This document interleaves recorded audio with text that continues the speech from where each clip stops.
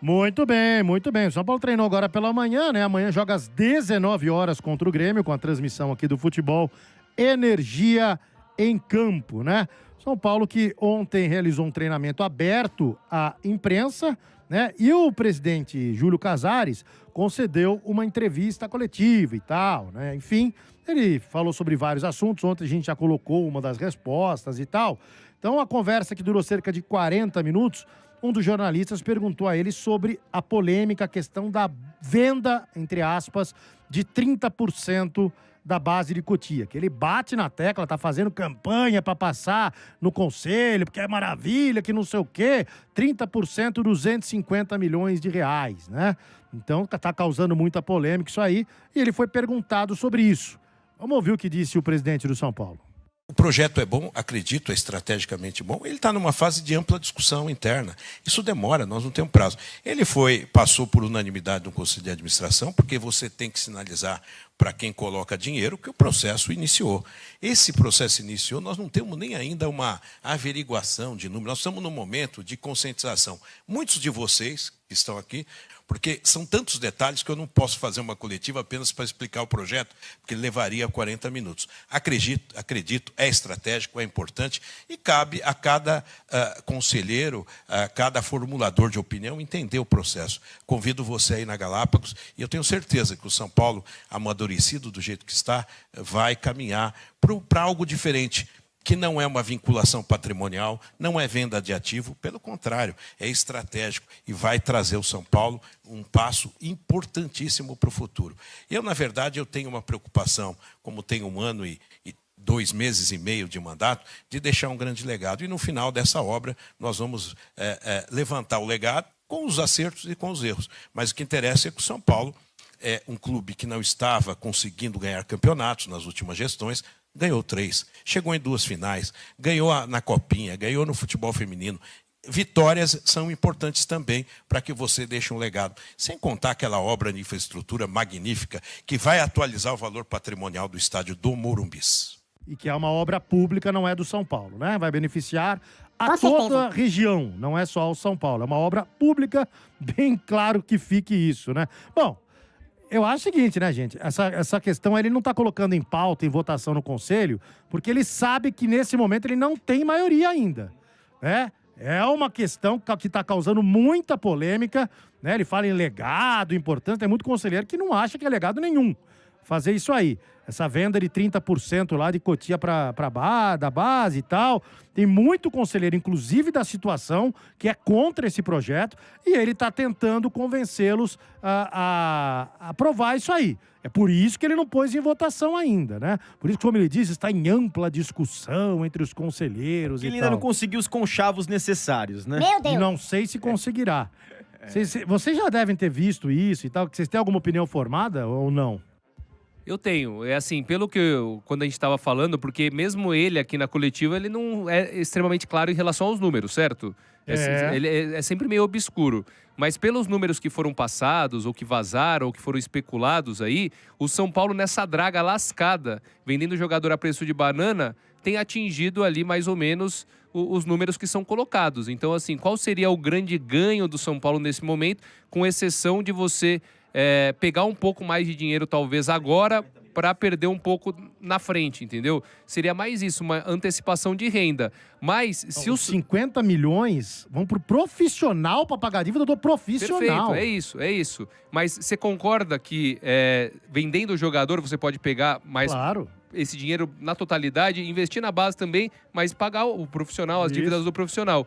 O ponto é muito mais fácil, na minha opinião, o São Paulo ele vender os jogadores a um preço mais justo do que vem vendendo, aumentar justamente a arrecadação por meio de venda de jogadores, do que ficar meio que no 0-0, né, com um esquema que ainda está meio obscuro, você não sabe, né?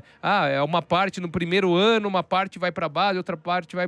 Aí no segundo ano já é tantos milhões de reais, aí no terceiro ano não sei quanto. Então, assim, particularmente eu acho que, pelo que eu vi, daqueles números que foram apresentados, o São Paulo consegue fazer melhor administrando de uma forma mais eficiente a base e os jogadores que tem nesse momento. E um dos que eles dizem, não, porque vamos com isso aí, inclusive profissionalizar. Você precisa disso aí para profissionalizar a coisa. Você não consegue colocar um CEO, profissionais ali competentes em áreas chaves.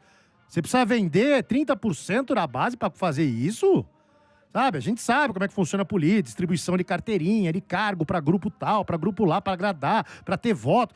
Mas vocês não conseguem fazer isso, Júlio Casares? Precisa vender 30% da base para profissionalizar, para colocar CEO, para colocar...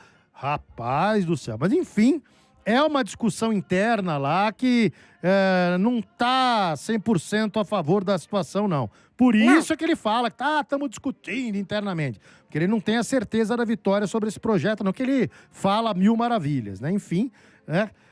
Ele falou também sobre a parte política, né? Exatamente, que o ano que vem tem eleição e tal. Ele não quer que essa parte atrapalhe o futebol do São Paulo nessa reta final de 2025. Vamos ouvir o presidente de São Paulo. Acredito que em qualquer corporação empresarial, de uma instituição, há divergências, né? E as divergências que ocorrem no meio do caminho, primeiro que elas ajudam a você ter uma opinião apurada do contexto. Então, tudo isso que se coloca daqui para fora ganha uma potencialização muito diferente do que é. A divergência não significa racha nem discussão. É o contrário. Ela nos traz uma solidez muito grande dos profissionais e dos colaboradores na instituição. E o que eu disse o nosso foco nesse momento, buscar, lutar por uma classificação da Libertadores. E por isso que todos os coordenadores políticos assinaram um termo onde nós vamos discutir, a partir de março, uma sucessão para definir em junho. Porque com isso você não vai contaminar um processo eleitoral, que é normal dentro de uma entidade, para o dia a dia do futebol, que é o nosso principal, a nossa principal atividade. Tá bom, vamos ver se vai ou não. E o Casares, nessa coletiva, disse que o ano que vem o pilar da equipe será formado por Luciano, Lucas e Oscar. Que ele acredita muito na recuperação principalmente do Lucas e do Oscar, e que o ano que vem esse será o pilar do futebol do São Paulo, Luciano, Lucas e Oscar. Mano, é claro que se chegar uma proposta, porque, né? Vocês sabem, especula-se muito que o Diniz pediu ao Vasco a contratação do Luciano. Mas, segundo o presidente, não tem absolutamente nada até agora. Mas, sabe como é que é futebol, né? Se chegar com uma proposta razoável, vai vender, né? Enfim. Eu acho estranho deixar o Caleri de fora, porque para mim o Caleri, se você compara Luciano e Caleri e momentos decisivos de conquistas de título, o Caleri ele é muito mais determinante. Fez gols muito mais importantes, né? O Luciano ele tem números, mas são números assim, aquelas partidas que você esquece depois. Ele nunca foi decisivo, efetivamente decisivo, né? Em títulos, nesses títulos que o São Paulo conquistou desde que ele chegou.